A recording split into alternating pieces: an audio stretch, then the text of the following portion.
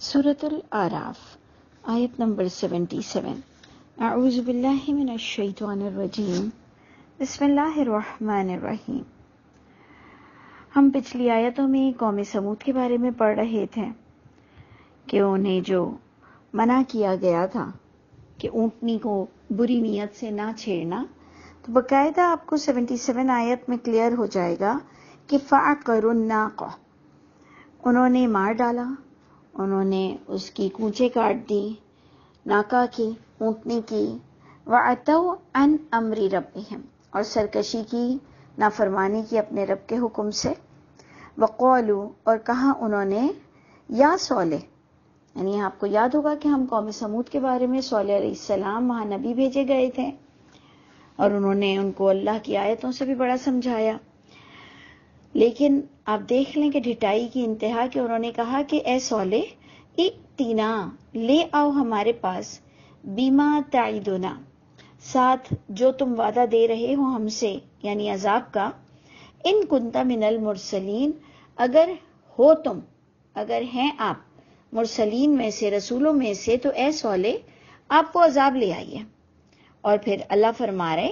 کہ فَأَخَذَتْهُمُ الرَّجْفَةُ، یعنی باقاعدہ انہیں پکڑ لیا ایک سخت زلزلے نے، فَأَصْبَحُوا فِي دَارِهِمْ جَاثِمِينَ، پس وہ ہو گئے، رہ گئے اپنے گھروں میں اوندھے پڑے ہوئے، یعنی ان پر عذاب آ گیا اور وہ بڑے ہی گھاٹا پانے والے ہوئے۔ اب جناب ایک آپ کو سٹائل بتایا جائے گا کہ وقت کا نبی اور تمام انبیاء کرام اور ہم سب کے بھی دلوں میں دوسروں کے لیے یہی جذبہ ہونا چاہیے کہ سب اللہ کی طرف رجوع کر لیں۔ ایک تو ہم اللہ کی طرف لوگوں کو بلاتے ہیں اس نیت سے کہ ہم اپنا حق ادا کرتے ہیں، اور ایک ہم اس نیت سے بلاتے ہیں لوگوں کو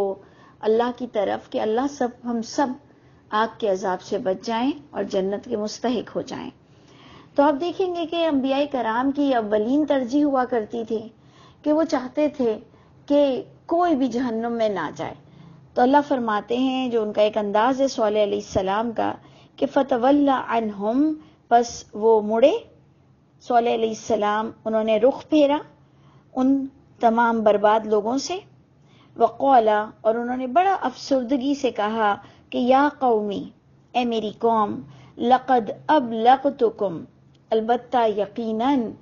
أَبْلَغْتُكُمْ بلاغ، میں نے تم تک پیغام پہنچایا تھا میرے رب کے، رسالت ربی، پیغام میرے رب کے میں نے تم تک پہنچا دیے تھے۔ یعنی ایک مری ہوئی قوم سے وہ افسردگی کے حالت میں اپنے دل سے باتیں کر رہے ہیں۔ یہ اللہ مجھ کو اور آپ کو بتا رہے ہیں کہ انبیاء کرام کتنے اچھے دل کے اور کتنے عاجزی ان کے اندر ہوتی تھی کہ انہوں نے کہا کہ اے میری قوم، میں نے تم تک پیغام پہنچا دیا تھا میرے رب کے، وَنَصَحْتُ لَكُمْ، اور میں نے بڑی خیر خواہی چاہی تھی، میں نے نصیحت کی تھی تمہارے لیے، لیکن لا تحبون الناصحین، تم نے پسند ہی نہیں کیا نصیحت کرنے والوں کو، یعنی میری نصیحت پر تم نے کان ہی نہیں دھرے، تم کو پسند ہی نہیں آئی۔ اس میں دیکھیں آپ، بظاہر تو میں نے آپ سے کہا کہ ایک مری ہوئی قوم سے ایک افسردگی کا عالم،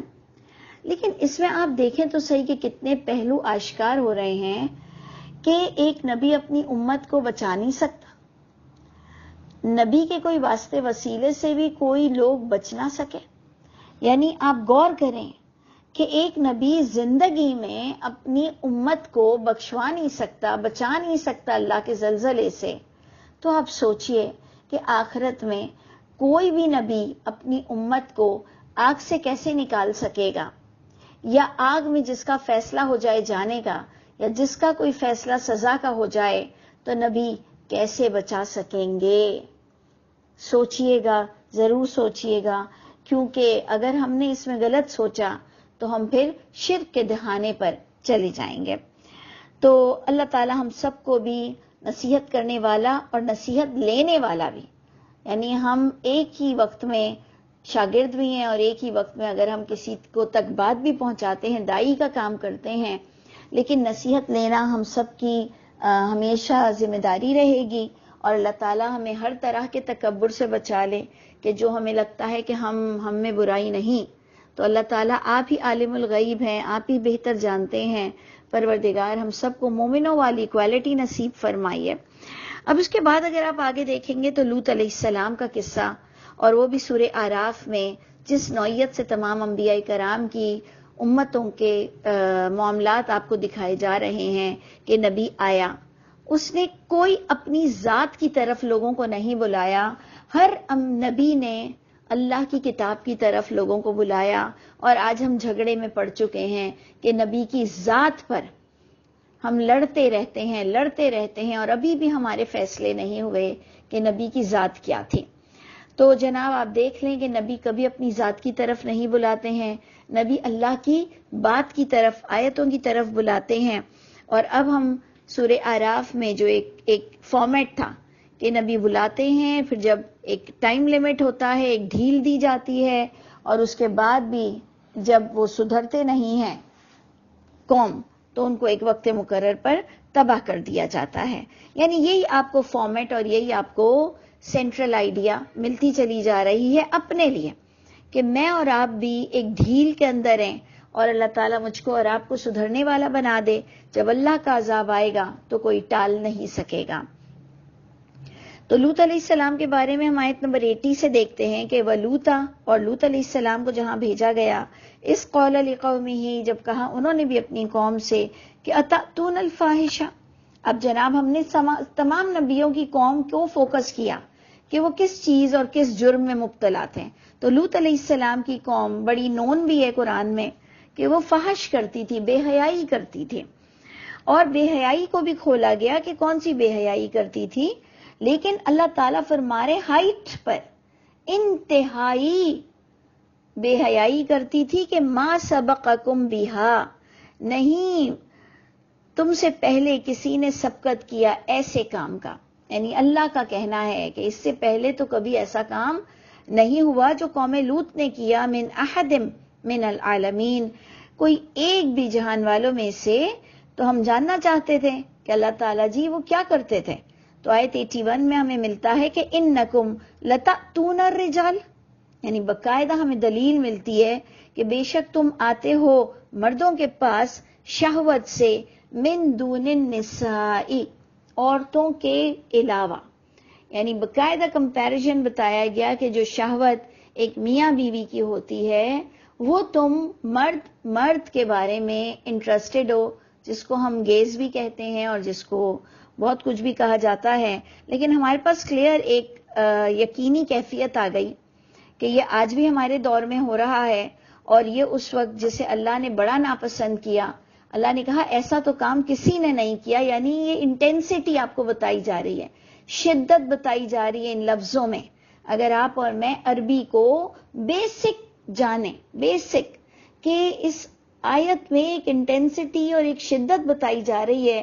کہ اللہ کو کتنا ناگوار ہے یہ کام کہ تم مردوں کے پاس آتے ہو عورتوں کے علاوہ، بل انتم قوم مسرفون، اللہ نے انہیں اسراف کرنے والا بھی کہا۔ یعنی اس سے ہم پر اسراف کی بھی ڈیفینیشن کھل جاتی ہے۔ ہم تو بس اسراف اتنا جانتے تھے کہ جی شادی جس نے بہت بڑھیا کر لی، جس نے بہت کھانے پینے میں پیسہ لگا دیا، جس نے کپڑے بہت مہنگے پہن لیے، جس نے بھی پیسہ بہت خرچ کیا، ہم کہتے ہیں بڑا اسراف کرتا ہے۔ قرآن کی روح سے پتہ چلا کہ اسراف کا معنی ہے حق مارنا، لمٹس کو بیونڈ دا لائن چلے جانا، یعنی ایک لمٹ کو کراس کر لینا، یعنی بیلنس نہیں ہو۔ تو اللہ تعالیٰ فرما رہے ہیں کہ تم تو بڑی مسرف قوم ہو۔ تو اس پر اب بڑا سمجھنے والا پوائنٹ ہے 82، کہ جب کوئی مجرم کو رنگے ہاتھوں پکڑا جائے، یا جب کسی کا جرم اتنا واضح ہو کہ اس کے پاس کوئی ایکسکیوز نہ ہو کہ وہ کچھ بتا سکے کہ میں یہ گناہ کیوں کرتا ہوں، وہ انداز آپ دیکھیے اس قوم کا تھا کہ اسے پتا تھا کہ وہ ایک بہت بڑا گناہ کر رہا ہے، یہ قوم بہت ہی گھٹیا گناہ کر رہی ہے۔ تو اس کا جواب آپ کو اللہ کی کتاب سے ملے گا کہ وما کان جواب قومہ، یہ انداز ہے، وما کان جواب قومہ، نہیں تھا کوئی جواب اس قوم کے پاس۔ یہ اللہ کی کتاب بتا رہی ہے بڑے خوبصورت انداز سے۔ ہم اپنا بھی محاسبہ کریں کہ کون سی ایسی بات ہوتی ہے جس پر ہمارے پاس کوئی جواب نہیں ہوتا. ہم پر کوئی انگلی اٹھاتا ہے اور ہمارے پاس کوئی جواب نہیں ہوتا، تو تب تو ہم ریئلائز کر لینا کہ واقعی ہم کہیں پر غلط ہیں. تو آپ دیکھیں گے کہ وہ قوم کے پاس کوئی جواب نہیں تھا الا سوائے یہ کہ انہوں نے کلیئر کہہ دیا کہ اخرجوہم، نکال دو ان لوگوں کو اپنی بستی سے، انہم اناس یتطہرون، بے شک یہ جو اناس ہیں، ناس ہیں، لوگ ہیں، بڑے پاکیزہ بن رہے ہیں. یہ شارٹ کٹ میں آپ کو اس میں سورہ مومنون میں بتایا جا رہا ہے کہ نجات دی ہم نے پھر اس لوط علیہ السلام کو اس خبیث قوم سے اور اس کے اہل کو بھی، الا امرأتہ، سوائے اس کی بیوی، وہ اللہ کے عذاب کا شکار ہو گئی. یہاں بھی بڑی سمجھنے والی، بہت ہی لاجیکل سے ہٹ کر اگر آپ کہہ لیں کہ بہت ہی انٹلیکچل پوائنٹ ہے کہ معاملہ تو مردوں کے ساتھ شہوت کا تھا، لیکن آپ نے دیکھا کہ بیوی بھی اس عذاب میں آ گئی. یعنی ان کو تو عورتوں سے انٹرسٹ ہی نہیں تھا نا کہ وہ زنا کا کوئی چکر ہو اس کی بیوی کے ساتھ، تو یقیناً وہ اس گناہ کا کوئی نہ کوئی حصہ ہوگی کہ وہ اللہ کے عذاب کا شکار ہو گئی. اور اس کا دوسرا اینگل ہم کو ملتا ہے کہ ہم کسی پر بھی الزام نہ ڈالیں کہ جی تمہارے گھر میں ہوتے ہوئے تم اتنے نیک تھے تو تمہارا بچہ کیوں گناہ گار ہے، تو تمہاری بیوی کیوں گناہ گار ہے، تو تمہارا بیٹا اور تمہارا بھائی کیوں گناہ گار ہے. ایک نبی اپنی بیوی کو دل میں نہیں ڈال سکتے ہدایت، تو ہمارے پڑے ہوئے پانی، ہمارے دم کیے ہوئے پانی، ہمارے تعویذات، ہمارے امام زامن، ہماری یہ چینیاں پڑھ پڑھ کے پھونکنا، یہ سب کیا کام آئے گی بتائیے تو صحیح. جب ایک نبی پھونک پھانک نہیں کر سکتے، تعویذ نہیں پنا سکتے، دل کی کیفیت نہیں بدل سکتے،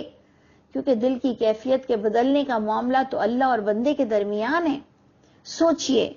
کہ اس عذاب میں ان کی بیوی بھی،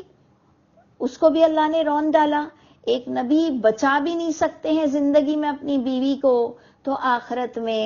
کون کس کو بچا سکے گا. آپ کو دونوں جگہ اگزامپل مل گئی کہ نہ صالح علیہ السلام اپنی بستی کو بچا سکے اور نہ لوط علیہ السلام اپنی بیوی کو بچا سکے. لیکن ہم وہی کے وہی لوگ ہیں کہ ہم اب بھی کہیں گے کہ رسول اللہ صلی اللہ علیہ وسلم اپنی امت کو بچا لیں گے. تو ٹھیک ہے، پھر ایسے جھوٹوں کو تو اللہ ہی دیکھیں گے جو نبی کی تعلیمات اور قرآن کے تعلیمات کے خلاف جائیں گے. جبکہ میں بار بار یہ بات کہتی ہوں کہ ہمیں بھی ضرورت ہے، ہم خود بھی بڑے گناہ گار ہیں، ہم تو چاہتے ہیں کہ کوئی نہ کوئی مل جائے سفارش، لیکن ایسا نہیں ہے، ایسا نہیں ہے. پوری کے پوری اتھارٹی اللہ کے ہاتھ میں ہے، اور اس قیامت کے بھی دن اللہ کے ہاتھ میں ہوگی، بس اس دن فیصلہ ہو جائے گا. تو اینی وے ہم ادھر اینڈ کرتے ہیں کہ نجات دی اللہ نے لوط علیہ السلام کو، مگر اس کی بیوی کہ وہ کانت من الغابرین، جو تھی پیچھے رہ جانے والوں میں سے. وَأَمْطَرْنَا عَلَيْهِمْ مَطَرًا، برسایا ہم نے ان پر ایسی برسات، یعنی پتھروں کی برسات. فَانظُرْ، پس نظر تو ڈالو، ایکسپلور تو کرو. کیف کان عاقبۃ المجرمین، کہ کیسا ہوا کرتا ہے مجرموں کا انجام. تم ذرا پھر کر دیکھ تو لو، نظر تو ڈال لو، ایکسپلور تو کر لو. اللہ ہم سب کو نیک فطرت بنا دے، ہم سب کی برائیوں کو ہم سے دور فرما دے.